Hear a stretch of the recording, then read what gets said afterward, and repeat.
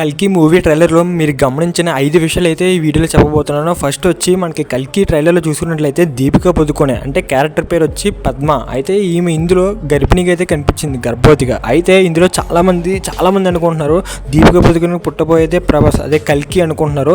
అయితే కల్కి మరి మనం అందరూ భైరవ్ అనుకున్నాం కదా, ఇక్కడ దీపిక పదుకొనే కొడుకుని కాపాడడానికి అటు అమితాబ్ బచ్చన్ కూడా బాగా కష్టపడతాడు. అయితే తన బిడ్డే కల్కి అని చాలామంది అంటున్నారు. ఒకవేళ తన బిడ్డే కల్కి అయితే ప్రభాస్ డ్యూయల్ రోల్లో కనిపించబోతున్నారు. ఇది 100% కన్ఫామ్ అని ఇంకొంతమంది అంటున్నారు. అండ్ అంతేకాకుండా పాయింట్ 2 వచ్చి అమితాబ్ బచ్చన్ గారు అంటే చాలా రోల్ అశ్వత్థామ రోల్లో మనకి చాలా ఎక్కువ వయసు ఉండి బాగా ఇంకా అంత వయసులో కూడా నేను మీ బిడ్డకి ప్రాణం వచ్చేంత వరకు నేను బాగా దగ్గర పడి కాపాడుతానని చెప్పి దీపిక పదుకొనేకి అయితే మాటిస్తాడు. అయితే మాట ఇచ్చిన తర్వాత దీపిక పదుకొనేకి తర్వాత కూడా తను అంటే చాలా ఇబ్బందులు పడుతుంది. మన ట్రైలర్ చూసినట్లయితే ఇంకా ప్రాణం పుట్టని బిడ్డ కోసం ఇన్ని త్యాగాలు అనవసరం అని చెప్పినట్టు తను మాట్లాడుతుంది.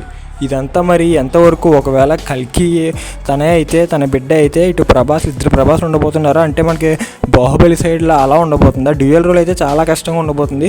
ఇంకా పాయింట్ 3 వచ్చేసరికి ఈ మూవీలో విజయ్ దేవరకొండ అయితే ఉండబోతున్నాడు. ఇది కన్ఫర్మ్. క్యామియో అయితే కాదు, లెంతీ రోల్ ఉండబోతుంది. అర్జునుడి పాత్ర మనకి మహాభారతంలో అర్జునుడి పాత్ర ఎలా ఉంటుందో అలాగైతే ఈ మూవీలో కనిపించబోతున్నాడంట.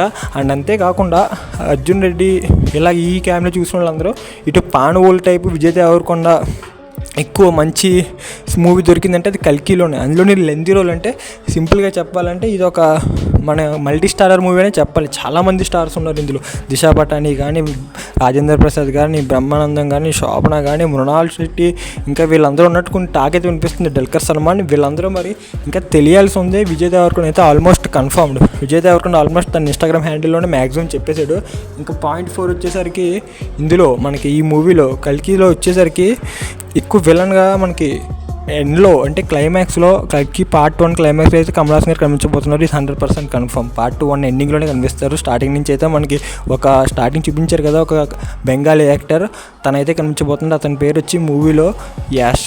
అందులో అయితే అతను ఎక్కువ ఉండబోతున్నాడు విలన్గా. తను మాటిస్తాడు ప్రభాస్కి నేను తీసుకొస్తాను దీపిక పదుకొనేని.